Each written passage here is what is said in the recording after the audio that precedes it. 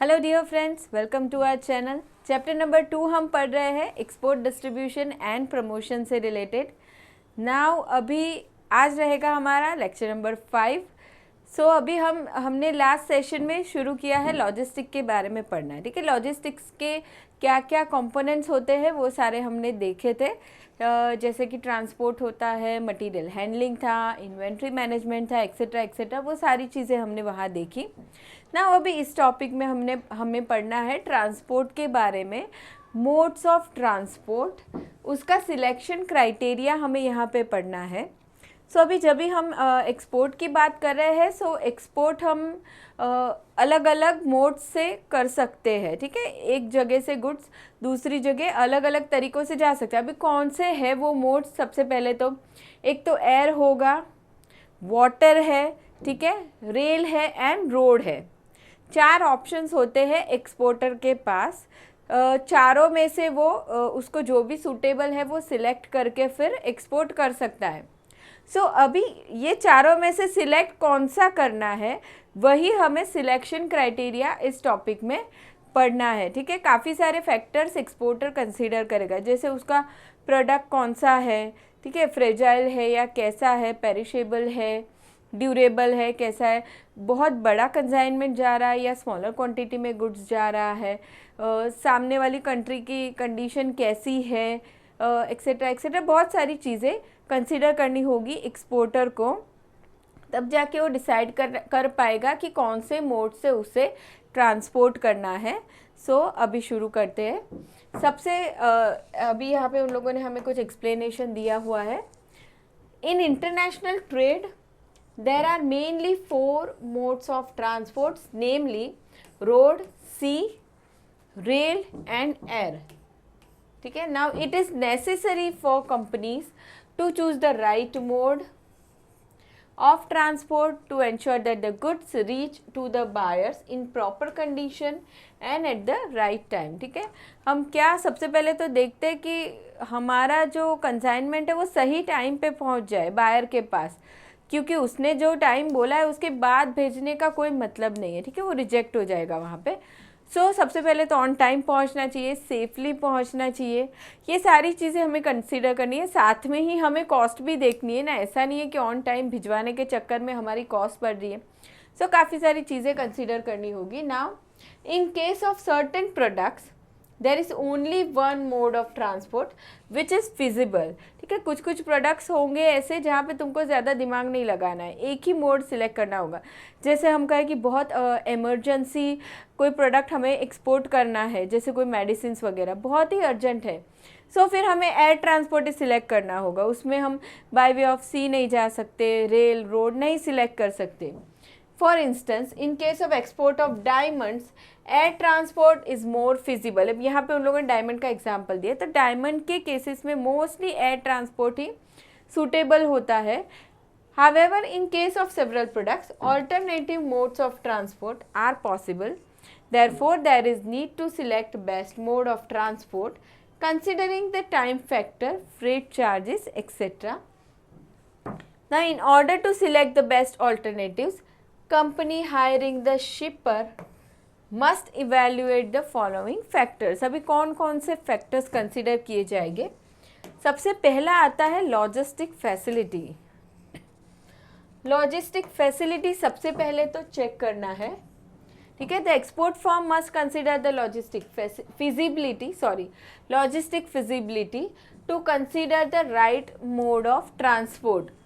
अभी हम ऐसा कहें कि हम जहाँ पे एक्सपोर्ट करना चाहते हैं, सो वहाँ पे हमने बाय वे ऑफ रोड अगर हम जा सकते हैं, हमने ऐसे बोला कि चलो रोड पॉसिबल है तो हम बाय वे ऑफ रोड जाएंगे, लेकिन अगर वहाँ का इंफ्रास्ट्रक्चर बराबर नहीं है, सही नहीं है, रोड्स अच्छे नहीं है, वहाँ पे वेदर कंडीशन अच्छा नहीं है, तो फिर हम बाय रोड जाने का ऑप्शन सिलेक्ट नहीं कर सकते। सो लॉजिस्टिक्स फिजिबिलिटी भी देखना होगा इन transport. So the export firm must consider logistic feasibility. Now for instance, in certain countries there is no feasible means of transport or quality of mode of transport may be not suitable. For instance, rail or land transport may not be available between two trading nations, or if available, the land, road and rail transport may not be in good condition as is the case of several developing countries. ठीक है, अभी हम India से बांग्लादेश में कुछ products export कर रहे हैं, बाय रोड हम करते हैं, ठीक है, लेकिन मान लो कभी कभार सिचुएशन ऐसी हो गई कि बाय रोड करना डिफ़िकल्ट है, ठीक है, सो फिर हम उस टाइम बाय रोड नहीं करेंगे, हम उस टाइम बाय वाटर जा सकते हैं, बाय एयर ट्रांसपोर्ट कर सकते हैं हम. Now therefore the options available would be air transport और सी वाटर ट्रांसपोर्ट. सो ये बात हो गई सबसे पहली लॉजिस्टिक फिजिबिलिटी, सबसे पहले तो हमें चेक करना होगा. अभी सेकेंड पॉइंट आता है storage of cargo. Storage of cargo, अब ना व्हाट इज स्टोरेज? स्टोरेज यानी हम जिस भी मोड से ट्रांसपोर्ट करना चाहते हैं, जैसे कि हम बाय वाटर जा रहे हैं, सो वहाँ पे हमारे पास कितना स्पेस अवेलेबल है हमारे गुड्स को लोड करने के लिए, ठीक है, उसे हम कहेंगे स्टोरेज ऑफ कार्गो. सो अभी हम बाय वे ऑफ वाटर जाते हैं तो वहाँ पे हमें ज़्यादा स्पेस मिल सकता है कंपेयर टू बाय एयर, ठीक है. सो उस हिसाब से हमें हमारा प्रोडक्ट के हिसाब से हमें ट्रांसपोर्टेशन सिलेक्ट करना होगा. जैसे अभी हम कहें कि हमें डायमंड एक्सपोर्ट करना है, सो डायमंड बहुत ज़्यादा उसको स्पेस रिक्वायर्ड नहीं होती है, और जैसे हम कहें कि हमें मशीनरी एक्सपोर्ट करना है, सो उसे काफ़ी सारी स्पेस रिक्वायर्ड होगी. सो अभी हम मशीनरी के केस में हम क्या कर सकते हैं, वाटर वे से हम जा सकते हैं एंड डायमंड को हम एयर ट्रांसपोर्ट कर सकते हैं. So storage is the amount of space available for storing material aboard a ship, rail और ऑन अ एयरप्लेन. ठीक है, अभी क्या है, स्टोरेज का मतलब है amount of space available. Storage involves the placement और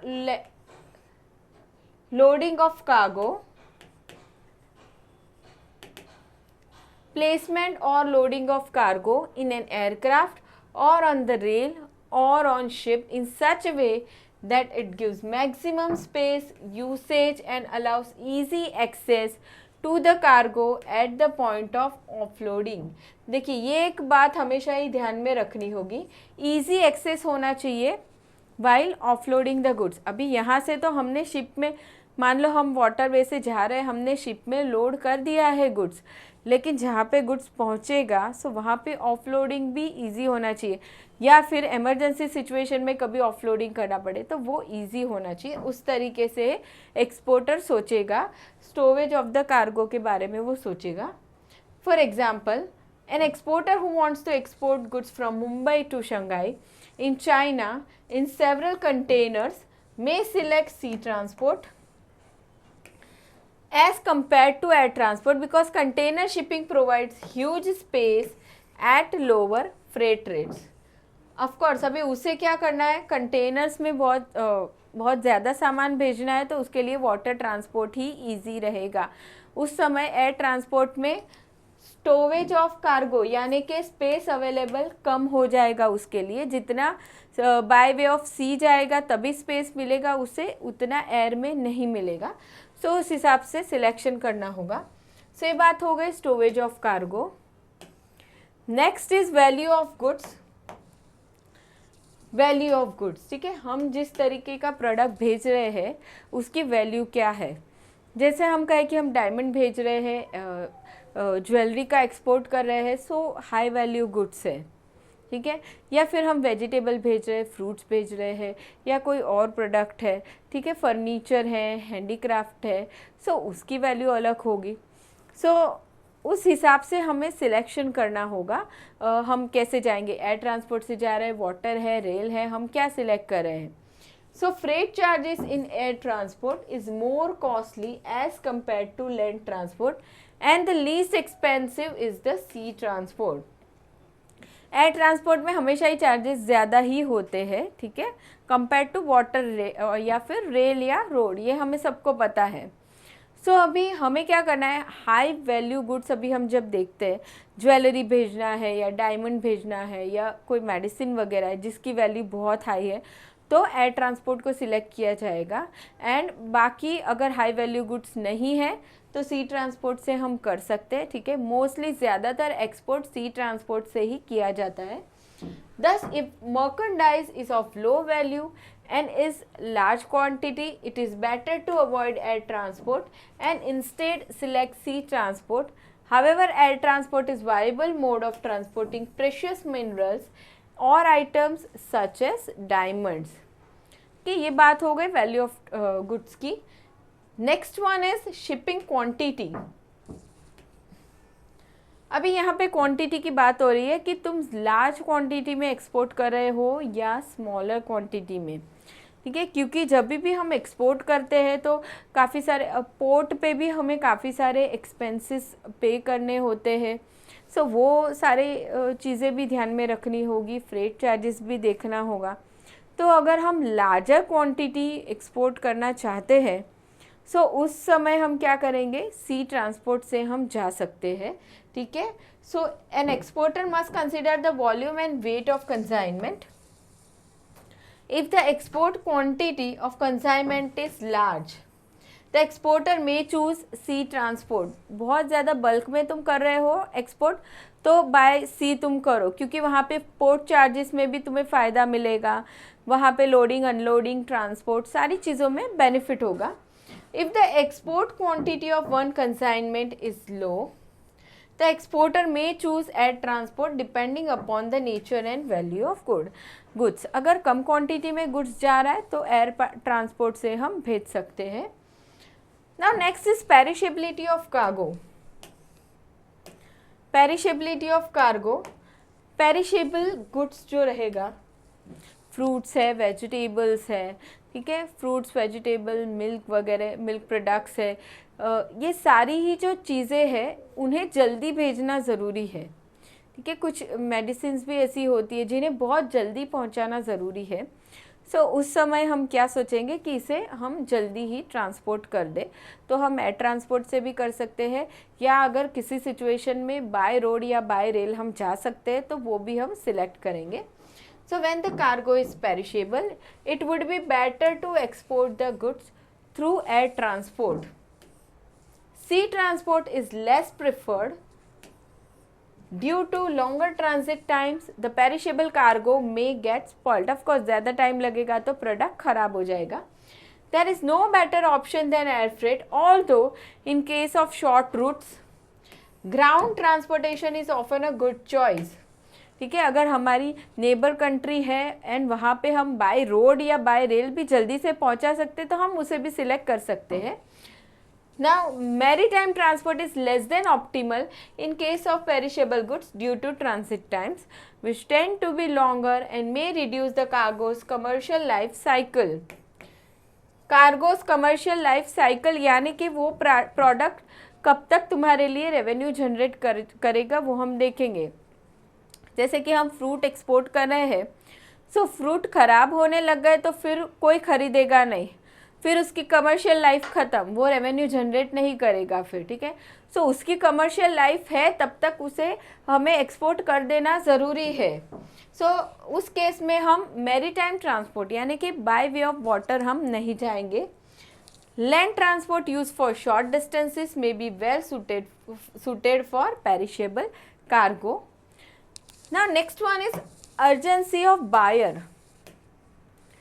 देखिए, कभी कभी ऐसा है कि गुड्स पेरिशेबल नहीं होगा, ज़रूरी नहीं पेरिशेबल गुड्स हो, ड्यूरेबल गुड्स भी हो सकता है, लेकिन बायर के लिए वो प्रोडक्ट उसे पहुंचाना अर्जेंट है, उसको बहुत जल्दी चाहिए. वो कोई भी चीज़ हो सकती है ना, मेडिसिन हो सकती है, उन लोगों ने बोला स्पेयर पार्ट्स हो सकते हैं, या फिर कोई और चीज़ हो सकती है जो उसे अर्जेंटली रिक्वायर्ड है. सो अभी उस केस में हमें क्या करना होगा, उस केस में भी हम ट्राई करेंगे कि एयर ट्रांसपोर्ट से हम पहुंचा दें. So the choice of mode of transport also depends on the urgency of the buyer to receive the merchandise. For instance, buyer may need certain goods quickly such as medicines, spare parts and such other goods. In such a situation, air transport is more preferred as compared to sea and land transport. However, if urgency is not the issue, exporter may choose sea transport and land transport for very short routes. Of course, वो urgently नहीं भेजना है तो फिर हम ये other option में जा सकते हैं. लेकिन अर्जेंसी है तो फिर एयर ट्रांसपोर्ट ही सूटेबल है। Next is risk factor. Risk factor, now the mode of transport depends on the risk which one is willing to assume। ठीक है, अभी गुड्स यहाँ से दूसरी कंट्री में जा रहा है, ज़्यादा टाइम लगेगा, सो काफ़ी सारे रिस्क इन्वॉल्व है गुड्स पहुँचेगा तब तक में। ठीक है, कि वेदर कंडीशन ख़राब हो गई या फिर प्रोडक्ट भी ज़्यादा टाइम लगा तो ख़राब हो सकता है, थेफ्ट हो गया, चोरी हो गई, ठीक है, प्रोडक्ट को किस तरीके से डैमेज हो गया, कोई पॉलिटिकल इश्यू हो गए या कुछ भी हो सकता है ना, तो फिर उस केस में बहुत ज़्यादा रिस्क हो जाता है गुड्स के लिए। So the mode of transport depends on the risk which one is willing to assume. There are certain risks associated with transport such as loss due to accidents, loss due to sea pirates, etc. So generally air transport is safest and therefore an exporter may select air transport to reduce the amount of risk. However, the freight rates of air transport are higher as compared to sea and land transport. ठीक है, so now हमें अभी ऐसे डर लगता है कि यार कुछ एक्सीडेंट हो गया या फिर कोई और प्रॉब्लम हो गई और हमारा गुड्स ख़राब हो जाएगा, बीच में प्रॉब्लम हो जाएगी, सो हम एयर ट्रांसपोर्ट से जल्दी भेज सकते हैं। ठीक है, अगर हमें ऐसे लगता है कि हम किसी कंट्री में गुड्स भेज रहे हैं, वहाँ पे कुछ पॉलिटिकल इश्यूज होने वाले हैं, प्रॉब्लम क्रिएट हो सकती है, सो उस केस में भी हम क्या करेंगे, अगर हम बाय वे ऑफ सी जा रहे हैं तो हम कैंसिल करके एयर से भेज सकते हैं कि जल्दी से ही सामान वहाँ पे पहुँच जाए। सो रिस्क फैक्टर भी कंसिडर करना होगा। Next is cost of port terminal.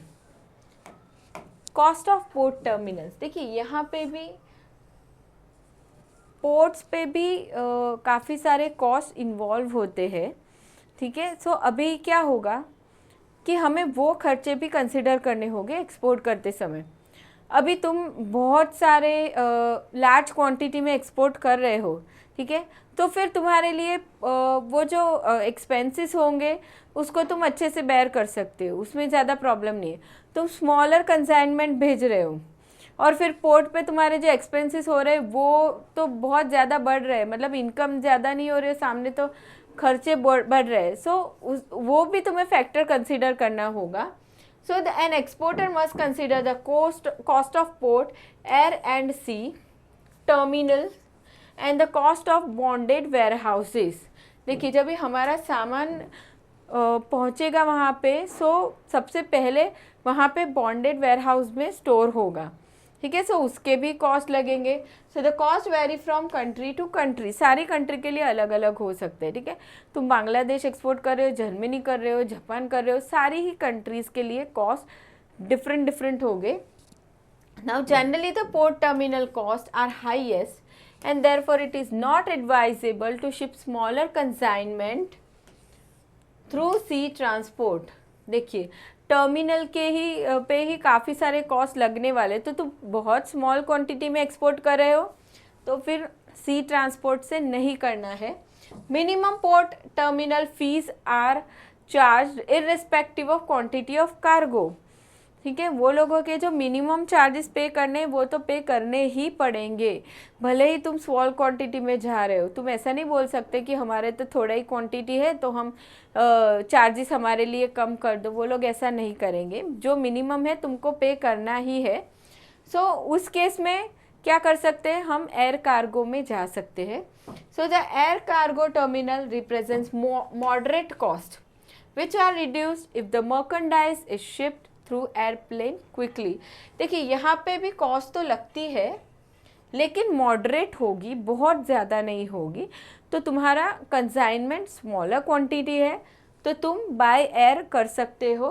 ठीक है, और अगर तुम क्विकली उसे पहुंचा रहे हो, शिप कर रहे हो, गुड्स को लोड कर रहे हो जल्दी से जल्दी, तो फिर तुम्हारे लिए कॉस्ट कम हो सकते हैं। In case of land transport, सबसे पहले हमने सी की बात की, सी ट्रांसपोर्ट, सो वहाँ पे तो स्मॉल कंसाइनमेंट भेजना सूटेबल नहीं है। एयर की बात करते हैं तो वो सूटेबल है। अभी बाय वे ऑफ लैंड अगर हम जाते हैं, in case of land transport, bonded warehouses में provide lower charges but the freight charges of land transport tend to increase over longer distance. ठीक है, लैंड ट्रांसपोर्ट में क्या होगा, यहाँ पे जो हमने बॉन्डेड वेयर हाउसेज की बात की थी, यहाँ पे भी वो चार्जेस तो तुमको लगेंगे, थोड़ा कम लगेंगे, लेकिन ट्रांसपोर्टेशन का खर्चा बढ़ जाएगा। ठीक है, जितना लॉन्ग डिस्टेंस उतना तुम्हारा फ्रेट चार्जेस बढ़ते रहेगा। सो ये हो गए सारे कॉस्ट ऑफ पोर्ट टर्मिनल, ये भी कंसिडर करना होगा। नाउ सारे क्राइटेरिया देख के एक्सपोर्टर सिलेक्ट करेगा कि उसे गुड्स कौन से मोड से भेजना है, एयर से, सी से, रेल या रोड। ठीक है, चलिए तो यहाँ पे हमने मोड्स ऑफ ट्रांसपोर्ट का टॉपिक कर लिया। अभी नेक्स्ट सेशन में हम करते हैं इंश्योरेंस, नीड फॉर इंश्योरेंस। सो मिलेंगे वहाँ पे नेक्स्ट लेक्चर में। Thank you so much student.